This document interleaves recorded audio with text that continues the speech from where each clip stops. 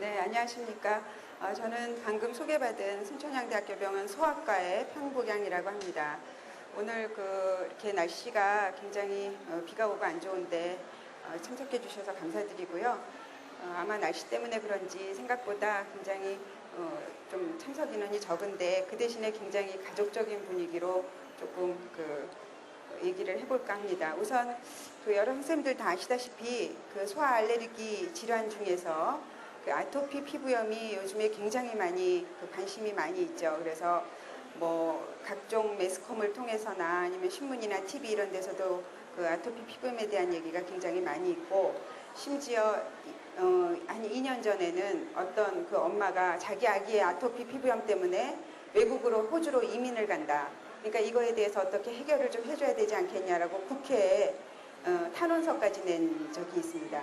이렇게 아토피 피부염에 대한 관심이 굉장히 높아지면서 사실은 긍정적인 면도 많이 있지만 이제 여러 일반 국민들께서는 여기에 대해서 좀 부정확한 그런 정보도 많이 접하게 되고, 또 이걸로 인해서 여러 상업주의가 이렇게 많이 번창을 하면서 뭐 이게 뭐에 좋더라 하는 것들이 인터넷 사이트나 여러 매체를 통해서 많이 나와서 굉장히 혼동을 갖고 계실 것 같습니다. 그래서 오늘은 여러 이제 부모님들이 또는 직접 환자분들이 아토피 피부염이 과연 어떤 병인가, 그 다음에 여기에 대해서는 뭐를 좀 잘 알고 있어야 되는 것인가 하는 거를 중점적으로 말씀을 드리려고 합니다. 우선 제목이 아토피 피부염 어머니들이 알아야 할 10가지라고 하지만 이제 전반적인 얘기를 통해서 그 10가지를 풀어나가도록 하겠습니다. 우선 아토피 피부염은 알레르기성 피부 질환이다 하는 게 이제 굉장히 중요한 얘기가 되겠습니다. 왜냐하면 엄마들이 이제 아기가 환자들이 피부에 이상이 있어서 데리고 저희 이제 병원에를 오게 되면 물론 이제 여러 가지 진찰도 하고 제가 환자를 보기도 하고 이렇게 얘기를 하죠. 그래서 환자가 얘가 아토피 피부염이 있네요 라고 얘기를 하면 엄마들이 반응이 뭐냐 하면, 그럼 알레르기는 아니죠 우리 애기는, 이렇게 얘기를 또 반응을 해요. 그 다음에 또 최근에는 아토피 피부염이 굉장히 무서운 병인 것처럼 TV나 이런 데 얘기가 나오다 보니까 반대로 그러면 아토피 피부염 알레르기, 이제 제가 이게 알레르기성에 의해서 이렇게 피부에 나오는 알레르기성 피부 질환이라고 이렇게 이제 얘기를 해드리면, 그러면 다행이다 우리 애기는 그럼 아토피는 아니죠, 이렇게 엄마들이 얘기를 하시는 거예요. 그래서 사실 이게 과연 아토피 피부염이 알레르기 질환인가 다른 병인가 또는 같은 병인가 하는 얘기를 해드려야 될 것 같은데, 우선 아토피 피부염이라는 병은 전반적으로 거의 대부분이 알레르기 질환, 알레르기 반응에 의해서 생기는 질환입니다. 그래서 아토피 피부염은 대표적인 알레르기 질환 중에 하나이다. 그래서 기관지 천식이나 조금 전에 여러 선생님들한테서 천식에 대한 얘기를 아마 들으셨을 것 같은데, 천식이나 또는 아토피 피부염, 알레르기 비염, 만성 두드러기, 식품 알레르기, 이런 것들이 알레르기 반응에 의해서 코에 증상이 나타나면 알레르기성 비염, 그 다음에 기관지에 증상이 나타나서 기침을 하고 숨이 차고 쌕쌕거리는 숨소리가 나고 하면 기관지 천식, 피부에 습진처럼 여러 가지 병변이 나타나면 아토피 피부염, 이렇게 이제 나타나는 부위가 어디냐에 따라서 이름이 좀 다른 거고, 실제적으로 원인은 한 가지, 알레르기 반응에 의해서 나타나는 거죠. 그래서 뿌리는 하나이기 때문에 어떤 애들은, 어떤 환자는 아토피 피부염만 있고 어떤 환자는 아토피 피부염도 있으면서 코도 맨날 재채기하고 답답하고 하는 알레르기 비염을 같이 갖고 있기도 하고, 또 어떤 사람은 천식, 비염, 아토피 피부염 이런 걸 다 같이 갖고 있기도 하고, 이렇게 사람에 따라서 뿌리가 하나인데 한 군데만 증상이 나타나느냐, 두 군데, 세 군데 증상이 나타나느냐에 따라서 이제 증상이 좀 달라지는 거죠. 그런데 이제 아주 작은 아이들을 데리고 와서 얘가 아토피 피부염이라고 이제 진단을 해드리면 또 뭐라고 얘기를 하시느냐면, 내가 어느 병원을 갔는데 얘가 태열이라고 그러고 아토피 피부염은 아니라고 그랬는데 그럼 그게 같은 병이에요? 다른 병이에요? 이렇게 질문들을 하셔요.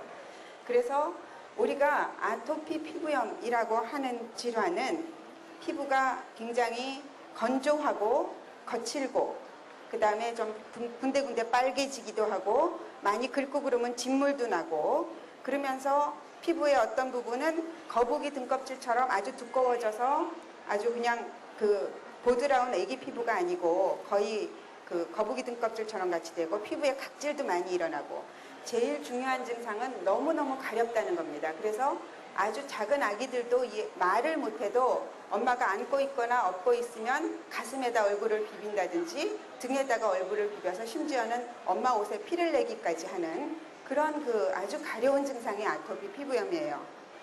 그렇기 때문에 이렇게 피부가 건조하고 빨갛고 진물도 나고 군데군데 피부가 두꺼워지기도 하고 각질이 있는 경우도 있고 이런 것들이 뭐 한 가지만 나올 수도 있고 골고루 다 나올 수도 있고 이런 피부에 증상이 있으면서 너무나 가려운 증상이 있으면 그건 아토피 피부염일 확률이 거의 90% 이상이 됩니다. 이제 물론 여러 가지 검사를 통해서 아토피 피부염인지 아닌지 확인을 해야 되지만 그렇다면 태열하고 아토피 피부염은 과연 같은 병인가 다른 병인가?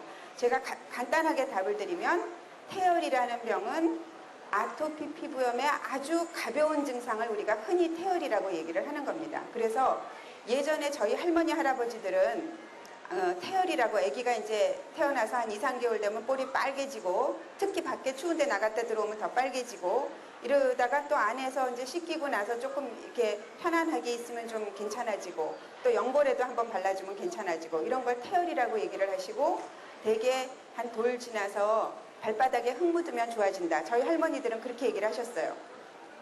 이렇게 아토피 피부염이 여러분들이 다 알다시피 고혈압도 혈압이 200이 되는 사람도 있고 150만 돼도 고혈압이라고 얘기를 하지 않습니까? 그래서 심한 게 있고 아주 약한 증상이 있기 때문에 약한 증상의 아토피 피부염은 대개 돌이 지나고 2살, 3살 정도 되면 거의 다 좋아져요. 그래서 예전에는 여러 가지 환경적 요인, 스트레스 이런 것들이 훨씬 적어서 아토피 피부염이 비교적 가벼운 증상의 아토피가 많았어요. 예전에는. 그러니까 대부분 환자가 아기 때 그렇게 한 100일 전후에서 증상이 있다가 돌이 지나면서 증상이 서서히 좋아지기 때문에 어른들이 그걸 그냥 태열이라고 얘기를 하셨죠. 그랬는데 요즘에 이제 다시 말씀을 드리면 태열은 아주 가벼운 증상의 아토피 피부염이다. 그래서 대부분 돌이 지나고 2살, 3살 되면 좋아지는 그런 정도의 아토피 피부염을 우리가 태열이라고 한다. 그렇기 때문에 신생아기에 태열이 있으면 그거는 아토피 피부염이 있다라고 얘기를 해도 된다. 그렇지만 그게 점점 아주 가벼워서 돌 지나고 좋아질지 아니면 클 때까지 지속되는지는 조금 경과도 봐야 되고 검사를 통해서 어느 정도 심한지를 봐야 된다. 이렇게 이해를 하시면 됩니다. 그리고 이제 두 번째로 그러면 이 아토피 피부염이 요새 이렇게 TV나 이런 데서도 너무너무 얘기들을 많이 하고 있는데 이게 진짜 이렇게 많은 병인가 굉장히 궁금해 하실 거예요. 그래서 저희들이 이제 여러 국내외적으로 조사를 해보니까 어린아이들 중에 4명 중에 1명은 아토피 피부염을 갖고 있다라는 통계 조사가 나왔어요. 전 세계 인구를 보더라도 전 세계 인구에서 20%가 아토피 피부염을 갖고 있는 것으로 조사가 됐고요. 우리나라에서도 2000년도에 저희 이제 소아알레르기 호흡기 학회라는 데서 한 4만 명 초등학생, 중학생을 전국을 다 돌아다니면서 조사를 해봤더니 초등학생의 24.9% 그러면 4명에 1명이죠. 그래서 25%니까 초등학생의 24.9% 중학생은 한 13%니까 한 7, 8명 중에 1명이 아토피 피부염이 있는 것으로 그렇게 조사가 됐습니다. 이런 조사는 저희가 초등학교, 중학교를 이제 다니면서 조사를 했기 때문에 4명 중에 1명이라는 조사 결과가 나왔지만 여러분들이 다 아시다시피 아기 때 어린아이들이 아토피가 많지 않습니까? 그래서 아토피 피부염은 어린아이한테서 많은 질환이기 때문에 저희가 조사를 해보니까 6살 미만의 어린아이들한테서는 거의 34.9% 그러니까 3명 중에 1명이 아토피 피부염이 있는 거예요. 그 다음에 초등학생은 아까 조사한 것처럼 한 4명 중에 1명, 중학생은 한 7, 8명 중에 1명이 아토피 피부염이 있다. 그렇다면 과연 굉장히 사실 많은 병이죠. 그래서 이 아토피 피부염은 그러면 어떤 사람들한테서 왜 생기는가 하는 거를 좀 봐야 되겠는데 아토피 피부염은 가족력을 가지고 있습니다. 그래서 가족 중에 아토피 피부염이나 이런 다른 알레르기 질환이 있는 그런 부모에서 태어난 아이들이 훨씬 아토피 피부염을 가지고 있을 확률이 많습니다. 그래서 아토피 피부염이 왜 생기는가를 보니까 우선 유전적인 요인으로 알레르기 성향을 타고나야 돼요. 그래서 알레르기 성향이 있는 아이들이 환경적으로 요즘에 많이 변화하는 여러 가지 환경적인 요인, 뭐 유해물질 또는 스트레스 이런 것들 때문에 알레르기 증상이 나타나는데 이제 유전적인 요인만 가지고 있을 때는 증상 발현 전 단계라고 알 수가 있어요. 그래서 엄마들이 뭐라고 얘기를 하냐면 얘가 피부가 우리 애가 너무너무 깨끗하고 보드랍고 좋았는데 지난번에 어디를 놀러 갔다가 뭐를 한번 잘못 먹었는데 그때 피부에 뭐가 나더니 그때서부터 아토피가 생겼다. 아니면 또 어디 뭐 얘가 감기를 심하게 앓고 열이 펄펄 나더니 그 다음서부터 피부가 이렇게 됐지 원래는 피부가 너무너무 좋은 애였다. 이렇게 얘기를 하세요. 그런데 알레르기 성향도 없고 아무것도 없는 아이들이 어느 날 갑자기 뭐 음식 한번 잘못 먹고 알레르기가 생기는 경우는 거의 없어요. 그러니까 체질적으로 성향을 가지고 있는데 그때는 그 성향을 겉으로 표현하는 어떤 자극이 없어서 아직 증상이 나타나기 전 상태죠.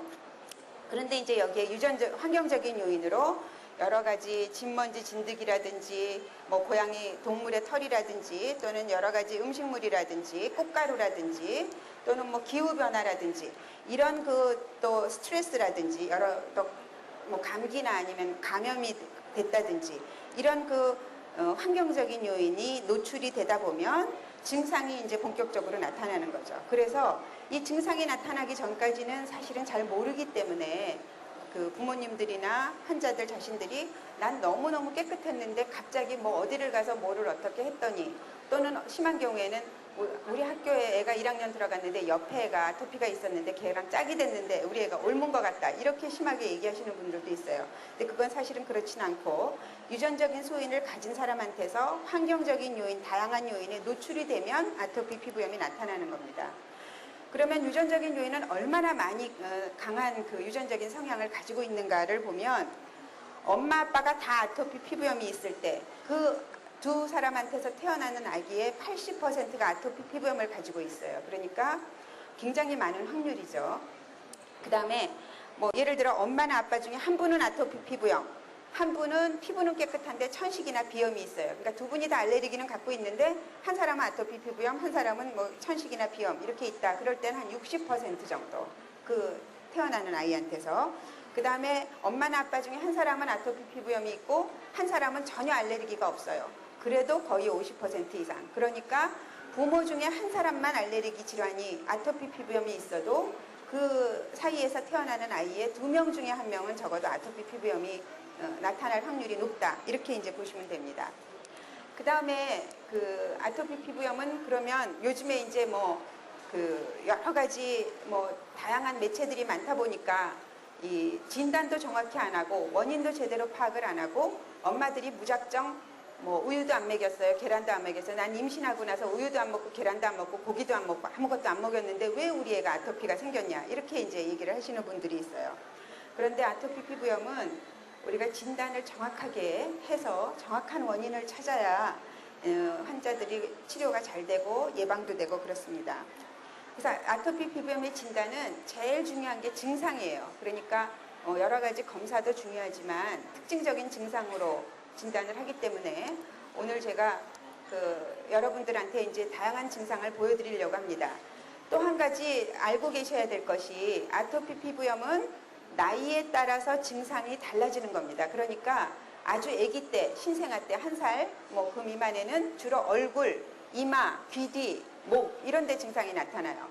그러다가 한 2~3살 되면 팔다리 쪽에 증상이 나타나고 그 다음에 너댓 살 넘어가면 팔다리에서 접히는 부분, 팔 접히는 부분, 무릎 뒤 이런 데 접히는 부분으로 나타납니다. 그런데 이렇게 증상이 나이에 따라서 나타나는 게 다른 거를 모르고 이제 엄마들이 오셔서 뭐라고 얘기를 하냐면 우리 애가 얼굴이 굉장히 심했는데 아기 때 어디에서 누가 뭘로 아니면 어떤 물로 아니면 어떤 뭐를 먹여서 뭐를 끓여서 뭘 어떻게 해봐라 그래서 그걸 다려서 해봤더니 얼굴이 깨끗해졌는데 돌진하면서 얼굴이 깨끗해졌는데 그 다음에 지금 팔에 나타났어요. 이렇게 얘기를 해요. 그거는 어떤 약을 발라서 어떤 약을 먹어서 뭐를 붙여서 얼굴이 좋아진 게 아니고 애가 나이가 먹어서 얼굴은 좋아질 때가 된 거예요. 나이가 지나서. 그 다음에 팔다리로 내려온 거죠. 그러니까 나이에 따라서 증상이 나타나는 부위가 다르고 조금씩 다르다라는 걸 잘 알고 계셔야 돼요.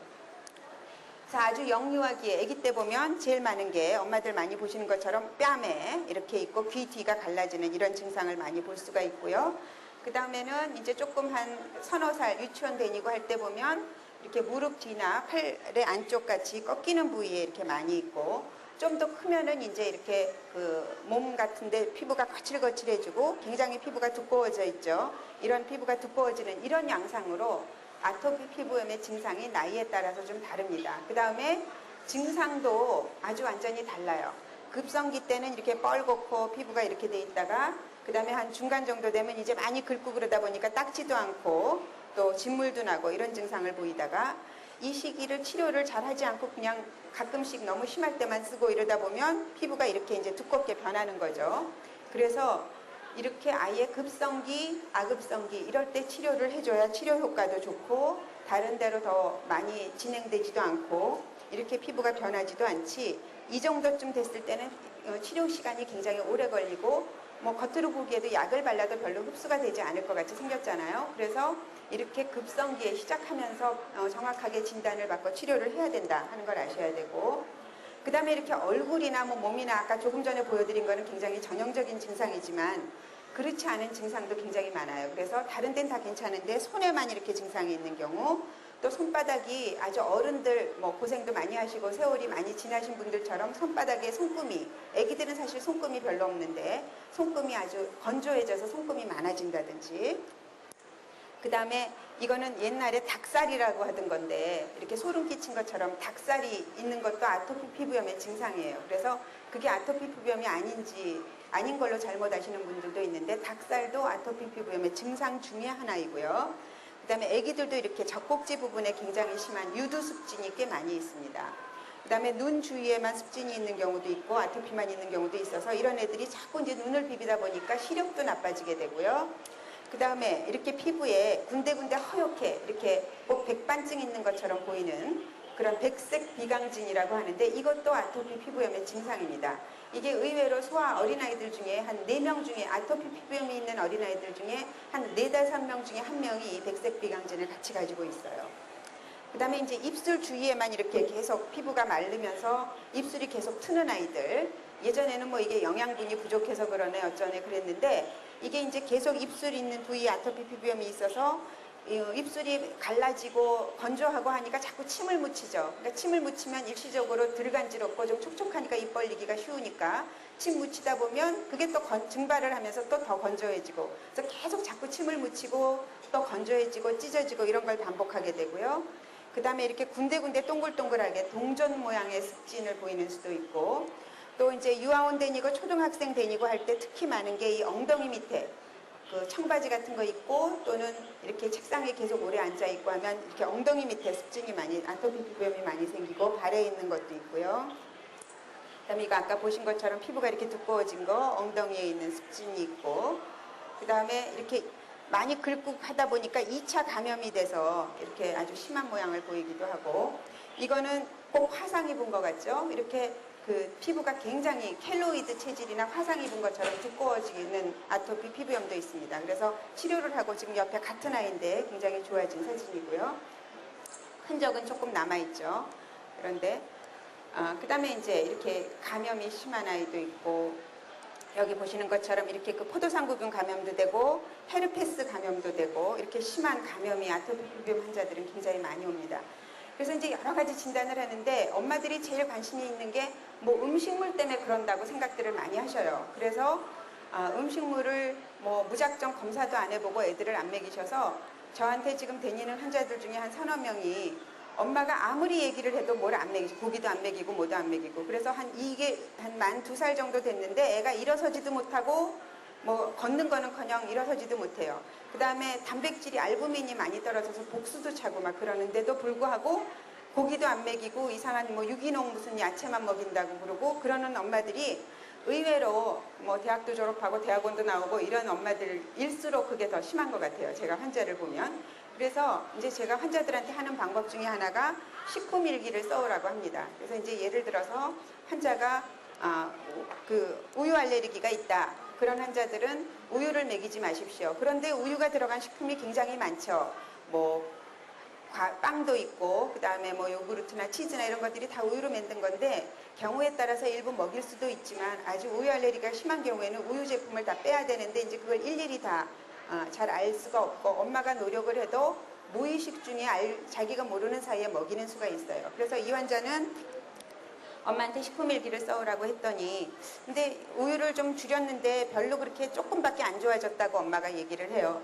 그래서 일기장을 검사를 해봤더니 이제 엄마가 우유를 못 먹이니까 그 콩우유를 계속 먹이면서 그 프렌치 토스트, 그래서 식빵을 우유에다가 이렇게 담가서 애기들 부드럽게 해가지고 간식으로 먹이는 프렌치 토스트를 매일 하루에 하나씩 먹였어요. 그래서 우유를 계속 먹이고 있었던 거예요. 그래가지고 이제 이거를 제가 체크를 해서 여기에 우유가 들어간 것 같습니다 라고 얘기를 해주고 다음에 왔더니 그걸 안 먹이고 엄마가 애기가 이렇게 그거 음식만 원인 식품만 제거를 해도 이렇게 좋아진 걸 볼 수가 있어서 확실하게 엄마가 무의식 중에 먹이는 음식도 우리가 알아낼 수 있고 또 더 확신을 가지고 엄마는 분명히 계란이라고 생각을 했는데 실제로 계란을 먹이고 일기를 쓰게 해보면 아닌 경우에는 전혀 더 나빠지지 않으니까 안심하고 어떤 음식을 먹일 수도 있고 해서 엄마들한테 이렇게 식품 일기를 많이 쓰게 합니다. 그 다음에 또 중요한 게 이제 조금 전에 말씀드린 것처럼 무분별한 식품 제한이 성장 발달을 저해하는데 이게 생각보다 의외로 소아에서는 굉장히 많고 심지어는 임신 중에도 엄마가 드시지를 않아서 굉장히 빈혈이나 이런 것들을 호소하는 그런 임산부도 꽤 많이 있습니다. 그래서 이제 그 아토피 피부염의 치료는 우선 제일 중요한 건 정확히 진단을 해야 된다. 그 다음에 진단을 하고 얘가 아까 경증 또는 그 다음에 급성, 아급성, 만성 이렇게 어느 정도의 심한가 이런 거를 파악을 해서 거기에 따라서 원인을 찾아주고 원인 물질을 회피해주고 환경관리에 대한 교육도 시키고 피부 청결 보습에 대한 교육시키고 필요하면 약물 치료를 하는 게 아토피 피부염의 치료가 되겠습니다. 그래서 무턱대고 뭐 병원에 왔다고 약만 쓰는 게 아니기 때문에 정확하게 진단을 해서 거기에 맞는 적절한 치료를 하셔야 됩니다. 음식물 알레르기는 아주 어린아이, 나이가 어릴수록 아토피 피부염이 심할수록 식품이 유발 또는 악화 요인으로 작용할 가능성이 높습니다. 성인보다는. 그러니까 성인들은 뭐 아토피 피부염이 있다고 특별히 식품을 제한하실 필요는 거의 없다고 보셔도 됩니다. 그리고 그렇지만 실제로는 영유아 아토피 피부염 환자의 약 10 내지 30% 그러니까 어린아이들 3명, 4명 중에 1명이 아토피 피부염인데 그 3명, 4명 중에 1명 중에 또 10% 그러니까 전체로 보면 뭐 애들의 한 10명이나 15명 중에 1명이 아토피 피부염임에도 불구하고 식품 알레르기가 관계 있는 것임에도 불구하고 엄마들이 요즘에는 그게 아주 태교 내지는 아기를 잘 키우는 건 줄 알고 우유도 안 먹이고 계란도 안 먹이고 고기도 안 먹이고 뭐 이런 엄마들이 굉장히 많은 거죠. 그러니까 정확하게 진단을 해서 해야지 무분별하게 검사 없이 무분별한 식품 제한은 성장과 발달을 저해시킬 수 있다라는 걸 꼭 아셔야 되고요. 그다음에 이제 제일 중요한 게 아토피 피부염은 피부 보습입니다. 그래서 원인이 뭐 음식물이 됐든 먼지 진드기가 됐든 유전적 요인이 됐든 유발인자가 뭐 꽃가루가 됐든 뭐가 됐든 원인이나 유발인자가 무엇이든 간에 아토피 피부염을 오래 지속시키는 그 원인 중에 가장 흔한 거는 목욕을 잘못하고 피부 보습을 잘못한 거다. 무조건 목욕하면 안 된다. 또는 비누 쓰면 안 된다. 뭐 이런 예전에는 그런 얘기들을 많이 들어서 그렇게 해서 자꾸 피부가 긁게 되고 하니까 피부가 자꾸 긁으면서 피부가 상하게 되고 상한 피부를 통해서 계속 수분 손실이 더 많아지고 거기에 2차 세균 감염이 되고 이래서 피부는 우리 몸을 보호해주는 제일 겉을 싸고 있는 옷이나 마찬가지 방패막인데 그거를 완전히 다 손상시키기 때문에 여러 가지 문제가 많이 생긴다는 거죠. 그래서